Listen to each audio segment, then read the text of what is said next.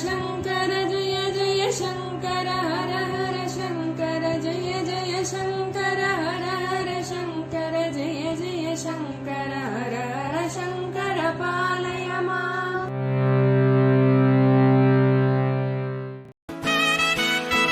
Mahasankara matrimony மிகவும் மேம்படுத்தப்பட்ட online திருமணப்பதிவு இணையதளம். இந்த இணையதளத்தில் பதிவு செய்வது மிகவும் எளிது. பதிவு செய்யுங்கள், பிறகென்ன கெட்டிமேளம்தான். உங்களுடன் நாங்கள், உங்களுக்காகவே நாங்கள். விவரங்களுக்கு தொடர்பு கொள்ளுங்கள்.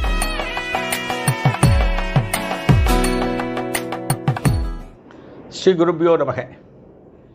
ஓம் காஞ்சிவாசாய வித்மகே சாந்தரூபாய திமிகி தன்னச்சந்திரசேகரேந்திர பிரச்சோதியாத். எல்லாருக்கும் நமஸ்காரம். மகாபரிம மகிமை அனுபவத்தில் பெரியவா திருவாலம்பொழில் அப்படிங்கிற ஊருக்கு வந்த சம்பவத்தை பார்க்குறோம். அந்த திருவாலம்பொழில் அக்ரஹாரத்தில் தர்மராஜையர்னு ஒருத்தர், அவருடைய வீட்டில் லலிதா சகஸ்ரநாம பாராயணம் கேட்டுட்டே இருக்கும். அத்தனை சுத்தமாக, அத்தனை ஆத்மார்த்தமாக அந்த லலிதா சகஸ்ரநாமத்தை இங்கே இருக்கிறவெல்லாம் படிப்பா.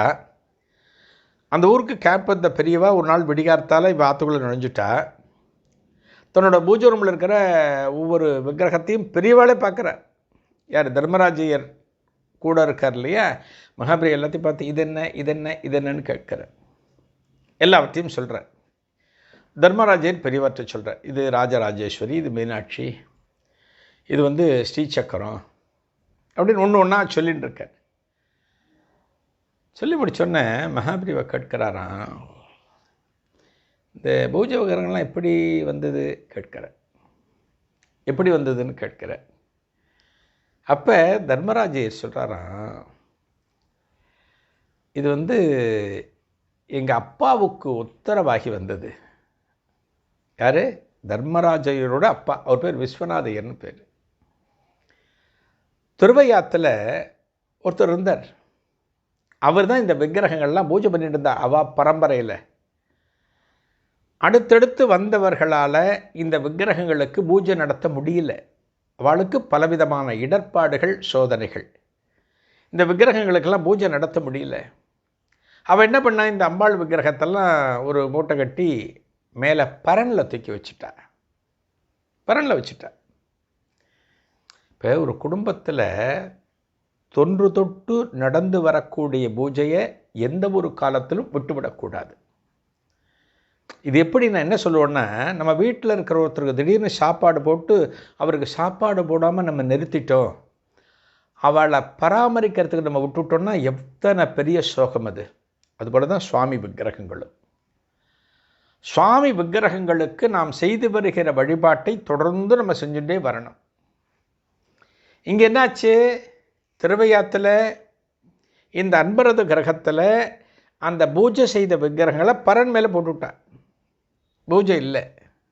அது நாள் வரை பூஜை நடந்தது எதுவுமே இல்லை.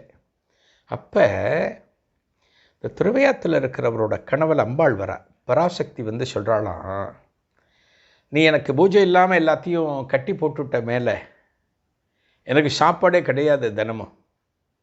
நீ என்ன பண்ண, உன்னால் முடியல. நீ பக்கத்தில் திருவாலம்பொழியில் விஸ்வநாதையர்னு ஒருத்தர் இருக்கார். இந்த விக்கிரகத்தை அவர்கிட்ட கொடுத்துரு, அவரே உங்கள்கிட்ட விக்கிரகங்களை வாங்கிப்பா அப்படின்னு அம்பாள் சொல்கிறார். அதே பராசக்தி அதே தினத்தன்று அதே நேரத்தில் திருவாலம்பொழியில் இருக்கிற விஸ்வநாதையரோட கனவில் போயிட்டு திருவையாத்தில் இந்த தெருவில் இத்தனை நம்பர் வீட்டில் அடையாளத்தை சொல்லி அங்கே நாளைக்கு போய் அவள் வீட்டில் இருக்கிற விக்கிரகங்கள் எல்லாம் வாங்கிட்டு வந்துடு, நீ உன்னோட கிரகத்தில் வச்சு நீ பூஜை பண்ணு அப்படின்னு அம்பாள் உத்தரவு கொடுக்குறார். நீ கொடுத்துடுன்னு ஒருத்தர்கிட்ட, நீ வாங்கிக்கோன்னு ஒருத்தர்கிட்ட.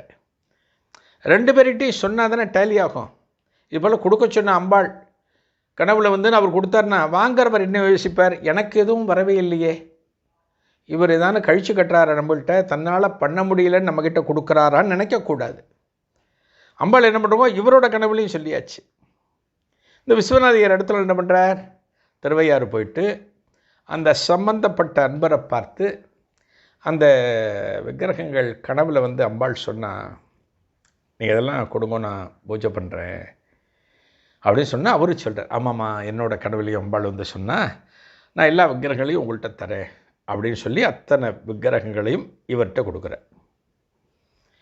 அந்த விக்கிரகங்களுக்கு தான் கிட்டத்தட்ட இந்த சம்பவம் நடக்கிற ஒரு 300 வருஷமாக, அதனுடைய காலம் 300 வருஷம்னு சொல்கிற அந்த குடும்பத்தில் தொடர்ந்து பூஜை பண்ணிட்டு வரேன். இப்போ இந்த பூஜை திருவாலம்புழிலேருந்து சென்னைக்கு வந்தாச்சு. கொரட்டூர் சொன்னேன் இல்லையா, அந்த பூஜை இப்போ கொரட்டூரில் இருக்கான். இப்போ இந்த தகவலை சொல்கிற தர்மராஜ ஐயருடைய மகள் ஸ்ரீமதி ருக்மணி, அந்த அம்மா தான் சொல்கிறேன். அந்த அம்மா சொல்லிட்டு, பெரியவா வந்து இன்றைக்கி எங்கள் ஆற்றுல இருக்கிற அத்தனை விக்கிரகங்களையும் பெரியவா தரிசனம் பண்ணினா, தவிர என்னோடய அப்பா கிட்ட இந்த பூஜை எப்படி பண்ணுற, ஒரு பூஜைக்கும் விளக்கத்தை பெரியவா கேட்டு தெரிஞ்சுட்டார். எங்கள் வீட்டில் இருக்கிற அத்தனை விக்கிரகங்களையும் பெரியவா தரிசனம் பண்ணினார் அப்படின்னு அந்த அம்மா ரொம்ப சந்தோஷத்தோடு சொல்லிவிட்டு இன்னொரு அனுபவத்தை சொல்கிறேன். மகாபிரிவா இங்கே கிரகத்துக்கு வந்தார்.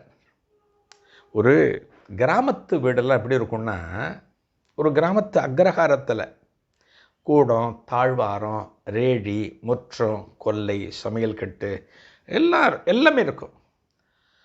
ஒரு வீட்டினுடைய சும்மா அந்த அளவு பார்த்தேனாலே ஒரு 2-3 கிரவுண்டு கிட்டத்தட்ட இருக்கும். கிட்டத்தட்ட அத்தனை ஸ்கொயர் ஃபீட் இருக்கும். லெங்க்த்து பெருசாக இருக்கும். கொல்லை, தோட்டம் எல்லாமே இருக்கும். ஒரு அக்ரஹாரத்தை விட அப்படி தான் இருந்தது. அதனால தான் பெரியவா பார்த்தேன்னா பல ஊர்களில் அந்த காலத்தில் ஒருத்தரோட வீட்டிலே கூட பூஜை பண்ணியிருக்கா, சந்திரமௌலீஸ்வரர் பூஜை. அப்படின்னா அந்த வீட்டு பூஜை எவ்வளோ பெருசாக இருக்கும். இந்த பூஜை அறை பெருசாக இருக்கும், கூடம் தாழ்வாரம் பெருசாக இருக்கும், எல்லாமே எல்லாவற்றுக்கும் சௌகரியமாக இருக்கும். இங்கே இன்னொரு தகவலை சொல்கிறேன். என்ன தகவல்? நாளை நிகழ்ச்சியில் இதன் தொடர்ச்சியை காணலாம். நன்றி, வணக்கம்.